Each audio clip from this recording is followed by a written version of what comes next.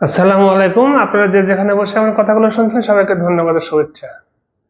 আজ আমি যে বিষয়টা নিয়ে কথা বলবো প্রথমে সেটা হলো, আজ দেশের বেশ কয়েকটি অনলাইন পোর্টালে এমপিভুক্ত শিক্ষকদের প্রতি মাসের যে আহ, বেতন প্রদানের যে বিষয়টা, অর্থাৎ আগামী আমাদের ডিসেম্বর মাসে যে বেতনের প্রদানের যে বিষয়টা,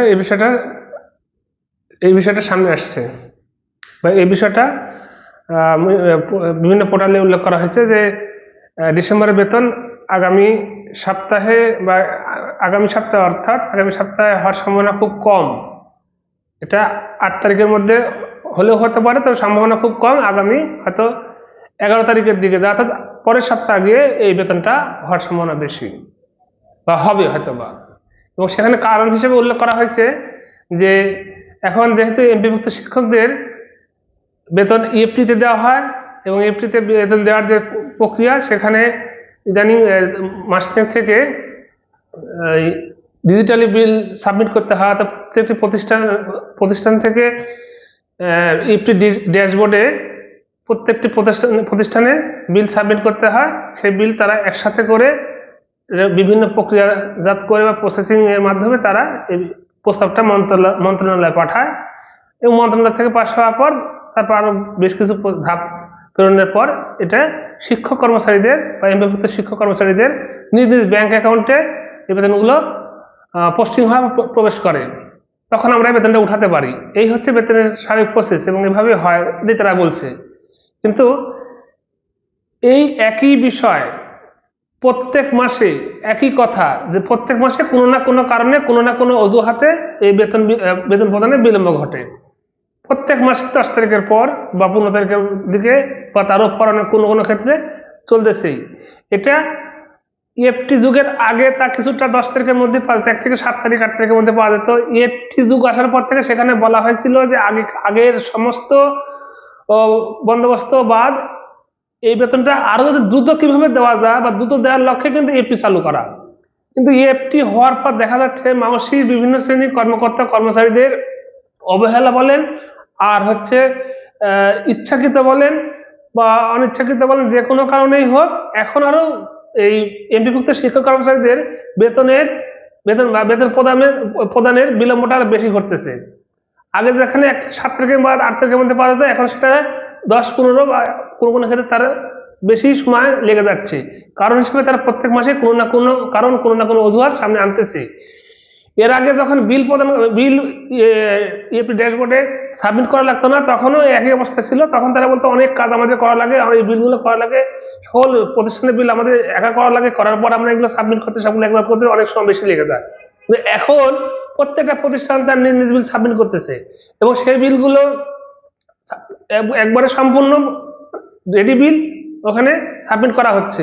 সেই বিলটা যার পর তাদের সার্ভারে জমা হচ্ছে, সেখান থেকে বিল প্রসেসিং করতে তো কোনো সময় লাগার কথা না, কারণ সবগুলো বিল একসাথে যায়।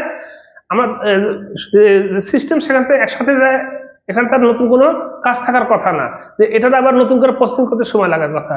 কিন্তু তারা তাদের মতো করে এক কথা বারবার প্রত্যেক মাসেই এই বিল প্রদানে দেরি হচ্ছে, মানে ইচ্ছাকৃত হোক অনিচ্ছাকৃত তারা কিন্তু এই কাজটা করতেছে এবং কোনো কারণ ছাড়া একই অজুহাত একই কারণ প্রত্যেক মাসেই দেখাচ্ছে। তো এইভাবে আর কতদিন চলবে? এইভাবে আর কিভাবে কতদিন চলা যায়? ইএফটিতে ইলেকট্রনিক ফান্ড ট্রান্সফারের মাধ্যমে বেতন দেওয়ার উদ্দেশ্য হচ্ছে দ্রুততর দেওয়ার সময়। প্রতি মাসের প্রথম দিকে 1 থেকে 3 তারিখের মধ্যে বিল দেওয়ার কথা ছিল, সেখানে প্রত্যেক মাসে যদি 11, 12, 15 তারিখে হয়, তাহলে এটা কি মেনে নেওয়া সম্ভব? মেনে নেওয়া যাবে কিভাবে? আসলে এখানে মূল যে বিষয়টা, এটা হচ্ছে মৌসিক কর্মকর্তা কর্মচারীদের অনীহা। কারণ ইএফটিতে বেতন প্রদান যুগের পূর্বে তারা যখন এটা অ্যানালগ সিস্টেমে দিত, তখন তাদের শোনা যায় তাদের নাকি বিভিন্ন স্বার্থ এখানে জড়িত ছিল, সেই স্বার্থগুলো এখন ব্যাহত হয়েছে। যার ফলে তারা যে কোনো মূল্যে যে কোনো ভাবে এই ইএফটিটা বা এমপিভুক্ত শিক্ষক কর্মচারী ইএফটিটা মেনে নিতে পারতেছে না, বা মেনে নিতে তারা মানে মানে মানসিকভাবে বা এভাবে তারা কোনোভাবেই মেনে নিতে পারতেছে না। যার কারণে এরা ইচ্ছা করে মানসিক কতিপয় কর্মকর্তা কর্মচারী এরা ইচ্ছা করে প্রত্যেক মাসে ডিলেটা করাচ্ছে, যাতে এই সময়টা এই ডিলে করতে করতে এক সময় এমপিভুক্ত শিক্ষক কর্মচারীরা বিরক্ত হয়ে যখন বলবে হয়তো বা যে আগের নিয়মিত ভালো ছিল, তো তখন 1 থেকে 7 তারিখের মধ্যে পাওয়া যেত, বা তারা কাউকে দিয়ে হয়তো বলা নিবে, তাদের অনুসারী তো তাদের অনেক, বা তাদেরকে কাউকে নিয়ে বলা নিবে, নিয়ে তখন আবার তারা হয়তো বা আগের নিয়মে ফিরে যাওয়ার হয়তো একটা চেষ্টা চালাবে। এবং এই কারণেই এই বিলটা প্রত্যেক মাসে কোনো না কোনো অজুহাত দেখে অযথা কোনো কারণ ছাড়া এই বিলটা প্রদানে প্রত্যেক মাসে তারা দেরি করতেছে। করার ফলে এই সময় তো আর পারতেছে না, এই সময় পারবে না, আগামী যখন রাজনৈতিক সরকার আসবে তাদেরকে বোঝায় তারা এই চেষ্টা একবার চালাবেই। এটা দেখে নিন, আমার কথা মিলাই নিন। আমি যে আজকে কথাটা বললাম, আজকে 2026 সালের জানুয়ারি মাসের 1 তারিখ, এই পরবর্তীতে এই সুযোগ তারা নিবেই, কোনো না কোনো ভাবে তারা এই সুযোগটা নিবে, যে এবং এই কারণে তারা ইচ্ছাকৃতভাবে এই অজুহাতগুলো তৈরি করে এই আমাদের প্রত্যেক মাসেই এই বিল প্রদানের দেরি করে বা দেরি করতেছে। এইভাবে চলতেছে, এইভাবে আরো কতদিন চালাবে, আর কত মানে অসহ্য যন্ত্রণা দিয়ে এই ইএফটির কোনো সুফল আমাদেরকে ভোগ করতে দিচ্ছে না।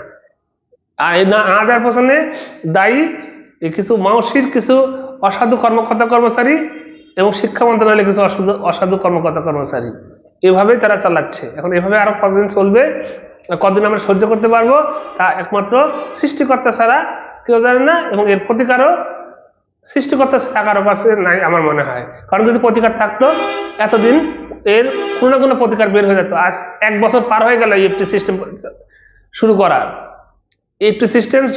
1 বছর, এই ডিসেম্বর মাসে বেতন পেলে 1 বছর হবে। তো 1 বছরের মধ্যে একটা সিস্টেম পুরোপুরি মানে একবারে সম্পূর্ণ এতে রান করতে পারে না, এটা একটা যুক্তির কথা হলো?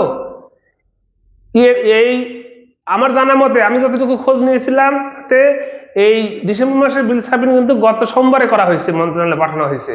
তাহলে এই মন্ত্রণালয়ে এই বিল সোমবারে পাঠানোর পর, এবং তারা এটা প্রকাশ করেনি, আমি যতটুকু খোঁজ নিয়েছিলাম, জানছিলাম সোমবারে পাঠানোর পর তারা সোমবারে বিল পাঠানো উপযোগী হয়ে গেছে। তারপরে এই বিলটা হচ্ছে প্রসেসিং করতে এত সময় লাগার তো কথা না। অর্থাৎ এটা ইচ্ছাকৃত, শিক্ষা মন্ত্রণালয় এবং মাওসির কর্মচারীদের এটা ইচ্ছাকৃত এই বিষয়গুলো, জটিলতাগুলো তৈরি করা। ধন্যবাদ সবাইকে।